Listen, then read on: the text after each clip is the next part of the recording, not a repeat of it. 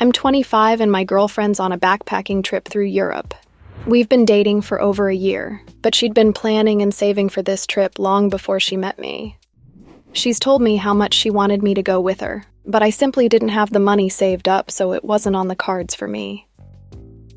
I want to preface this by saying that I love my girlfriend very much and trust her completely. Recently, though, she told me that she went out drinking until 3 a.m. with 2 guys and 1 girl who she met at her hostel. I didn't think much of it until she told me that she planned to meet up with one of the men in a different country, and that they'd spend time traveling around and drinking together. Well, that really doesn't sound like a good idea. The last part seemed somewhat odd to me, but I let it go. She met another man at her hostel, and I guess they went out to the city together and had dinner. They were going to meet other people from their hostel for a bar crawl, but they decided to just grab drinks together at a different bar. This last part made me uncomfortable, but I'm ignorant in the ways of backpacking, so I have no idea if this is normal. I can't imagine going out for dinner and drinks with another woman that I just met, so I'm having trouble understanding why she'd do this. I want to reiterate that I trust my girlfriend, but I can't imagine doing this myself, so I'm having a hard time processing this. Does this seem like normal behavior, or is it something to be concerned about and addressed? Much like OP, I don't have any experience when it comes to backpacking, but just because people are backpacking, it doesn't change the fact that they can slip up and get too close to someone they meet. Naturally, when people spend a lot of time together, they get closer, which is why so many affairs take place at work. The excitement that comes with traveling, drinking, and partying could make someone drop their guard, and they could find themselves getting close to that guy or girl they meet while out on a trip. Personally, I wouldn't be comfortable with my partner backpacking across another country, but because I wouldn't want to stop them from doing something they've always wanted to do, I'd rather end the relationship, so we can both be free to find whatever it is we're seeking.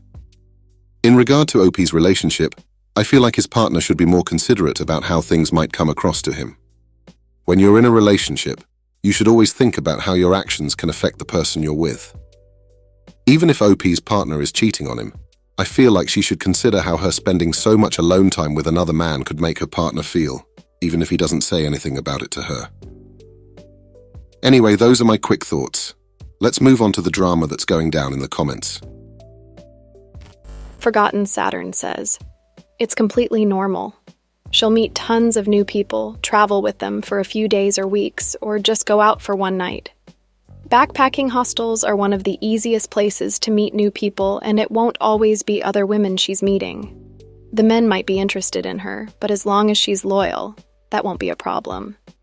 When I was backpacking with a friend, she was in a relationship as well, and not once did she think about cheating, even though we went out with complete strangers all the time."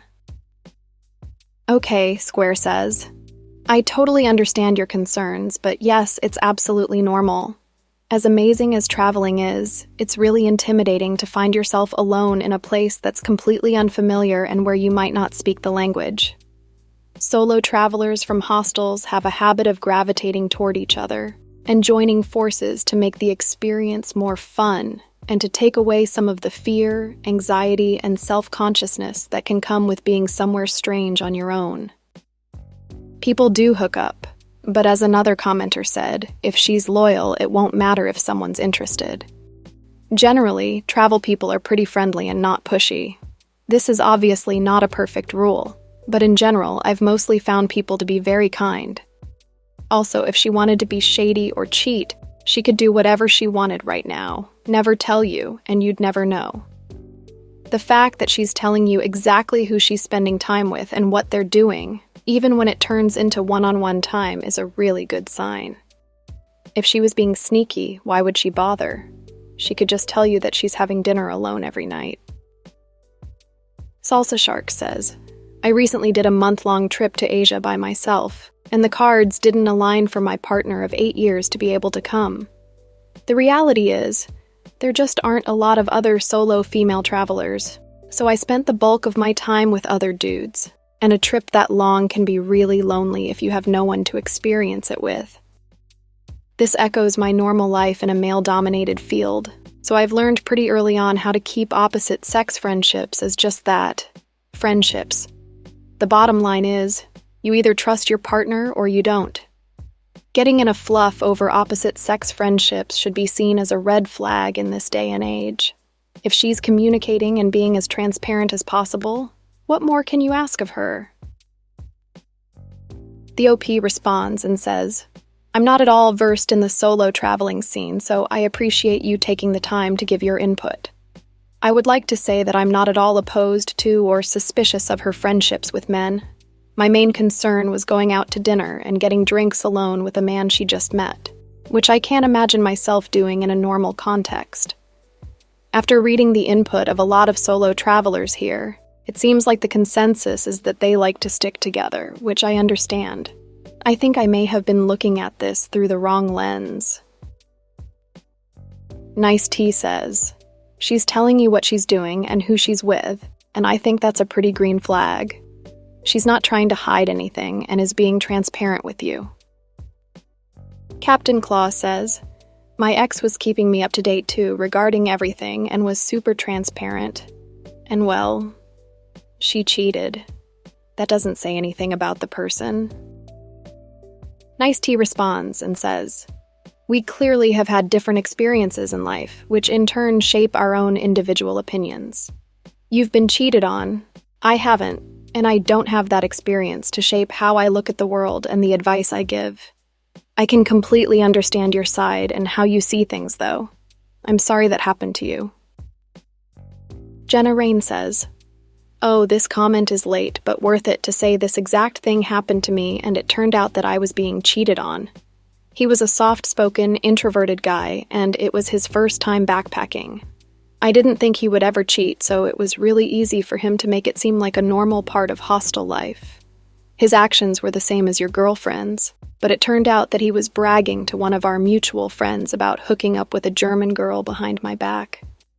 This mutual friend hinted it to me, so if not for the mutual friend, I would have never known to this day. Anyways, it messed me up so badly you cannot even imagine. Another Redditor says, I spent my 20s traveling in Europe for my studies, and I saw a lot of girls cheat. I was sharing a student room with a girl I had met 3 days before, and she still had her boyfriend living in her apartment in her home country. And I was banging her, of course. Your girlfriend might not cheat, but it's never going to be easier for her to do so. Neonatal Nerd says, as someone who backpacked and my current partner has as well, I would never go out for dinner and drinks exclusively with a man, backpacking or not. That's date vibes, and any man who says it's not a date is in denial and waiting around for you. It's totally different if you went with a group of people from the hostel.